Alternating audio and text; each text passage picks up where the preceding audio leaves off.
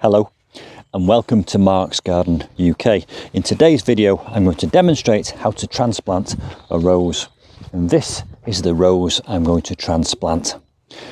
I've got my rake, my spade, my fork, my loppers, my grubbing hoe and some compost. Now there are many reasons why you might want to transplant a rose. The reason I'm transplanting this one is because I'm clearing this whole area because I want to make a formal box parterre, but I don't want to lose the plants. I've already done a video on how to transplant a hydrangea, which was over there. Today's video is the rose. The first thing to point out is that the ideal time to transplant a rose is in the winter time when it's not growing. In other words, when it's dormant. I always compare moving plants when they're dormant to us having an operation when we're under general anaesthetic. We're fast asleep, we don't feel a thing. They're dormant and they don't feel a thing. But the first thing we've got to do is prepare the hole where it's going to be transplanted to.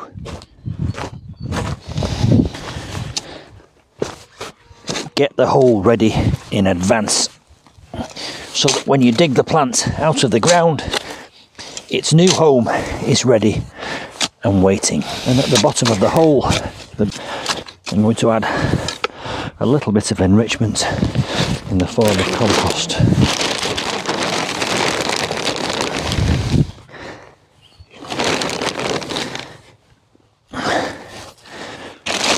I'm just going to work that in gently. I'm not going to add any extra food because it's dormant, its roots are not currently growing. If you're doing this in the summertime in its growing period, you could add some mycorrhizal fungus to encourage root growth, and you could put a little bit of extra food in there, not too much because you don't want to burn the roots. I've just spotted a little worm there, that's a good sign. Give the hole a good soak all the way around. And now, let's go and get digging. Let's go and get the rose. The next thing I'm going to do is clear the ground around the base of this rose. And whilst I'm doing this, I'm going to make a note of the planting depth, because when it's transplanted, it wants to be at the same level, certainly no deeper, potentially marginally higher, but I can see here on the main trunk, that's where it's planted. These are not roses, these are self-seeded ground elders, I think, so they'll be separated off. So I'm also finding, as usual in this part of the garden, weed fabric, which is quite helpful because it's helping me to clear the ground away.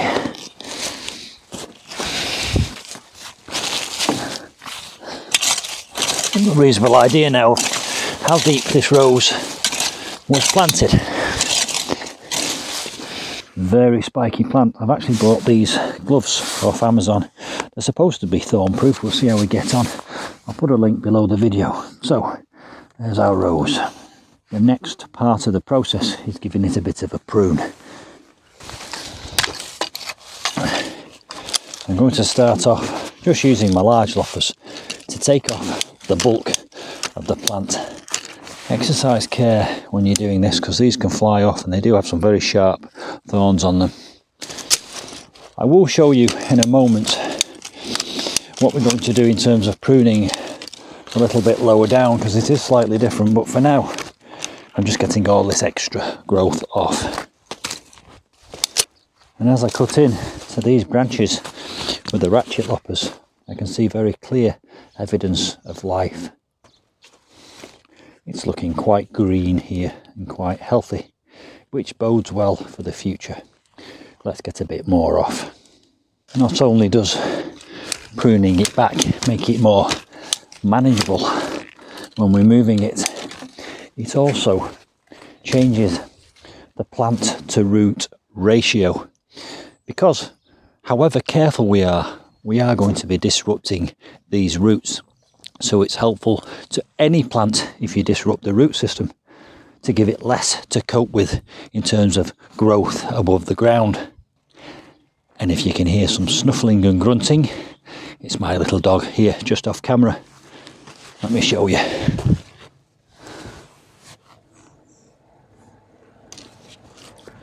And if you want to know more about these heavy duty loppers, I've just done a video about them and it's on my channel. I'll put a link on the end of this.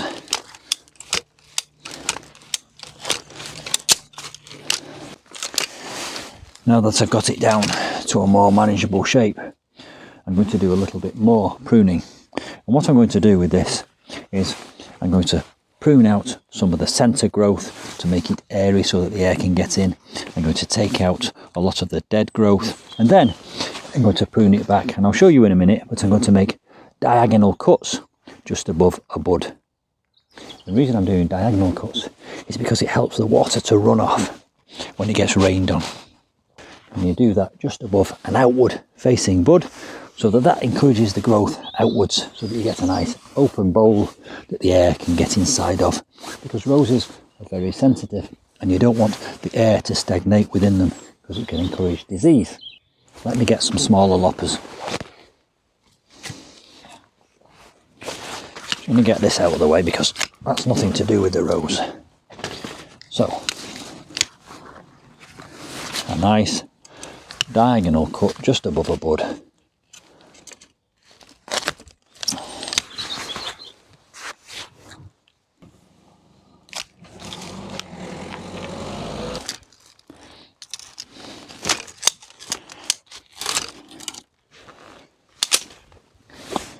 So there's our rose, well and truly pruned, much more manageable, and the ratio between plant and root has been redressed.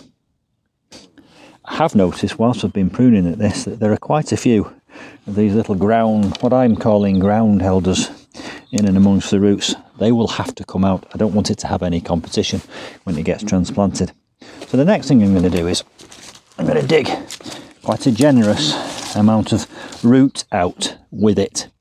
The more root I can get, the better. I'm doing this in the winter time. It is dormant.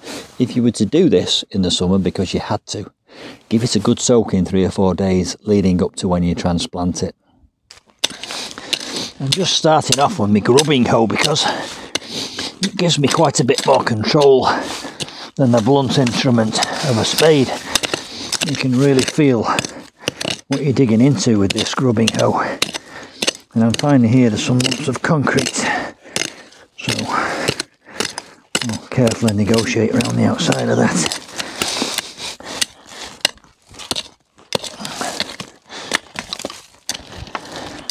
When I've got this out of the ground, I'm going to tackle these little self-seeded trees that have found their way into the base here.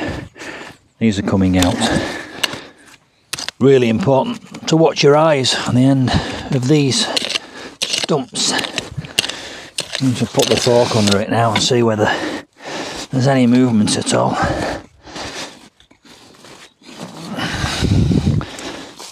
A little.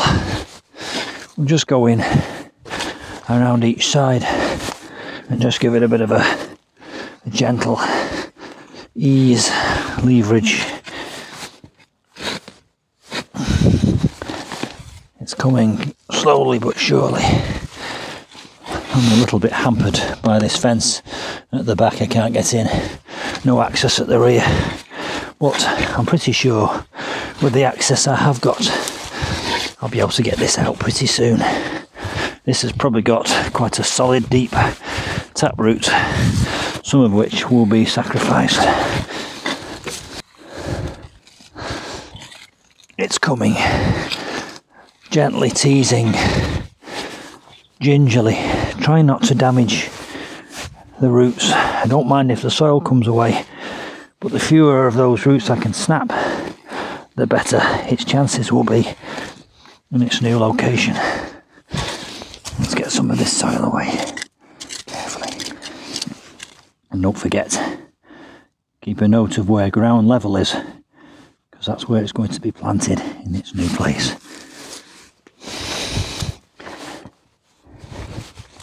It was quite a big rose this, it was about 8 foot tall, it towered above me.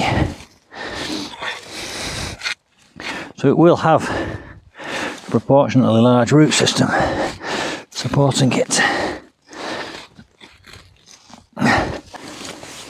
I'm now just carefully excavating around its roots.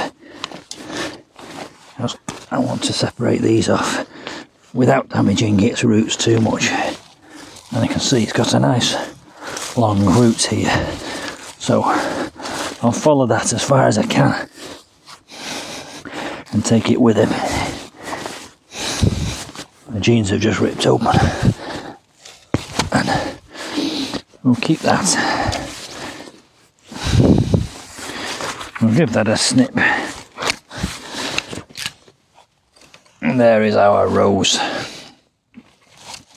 A nice chunky rose, that. Now, what concerns me slightly is these are quite solid, thick tap roots. Some of them are actually rotten. How's it going to absorb nutrients through that? It's going to need extra new roots. It's quite old and mature. There's even some rot here. I'm not even sure this will survive, but I will not give up on it. This half of the rose seems to be the half that's not thriving here, whereas this side is still alive. So I'm going to snip a few more of these off.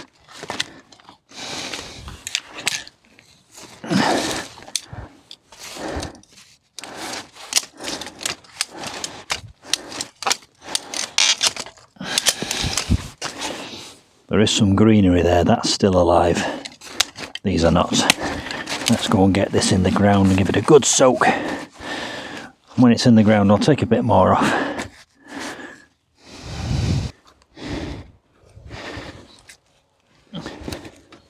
Despite my concerns about this rose and its lack of fibrous roots, you can buy these bare root. So I'm going to give it its best shot. I'm going to offer it up first to see how it sits in this hole. That's where ground level was before I dug it up. So that's where ground level will be when it's planted. Bring a bit more water in there. In order to preserve this longer root, I'm just going to dig a bit of a channel out for it. It's a bespoke hole. It's an old plant, it's elderly. I want to give it its best shot. I don't want to lose it. The house is called Rose Cottage, and this is one of its roses. Let's give it a fighting chance. Let's put that in.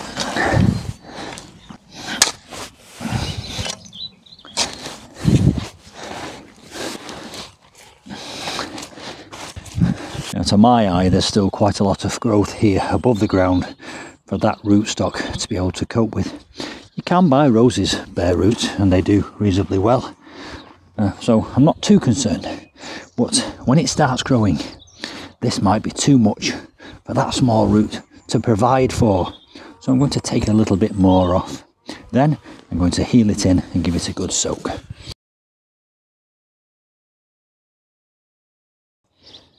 Thank you for watching. I hope you've enjoyed it. Please do comment below what's your experience of moving roses. Have you got any thoughts or advice for me, or tips or questions? It's always nice to hear from you, and I'll see you soon.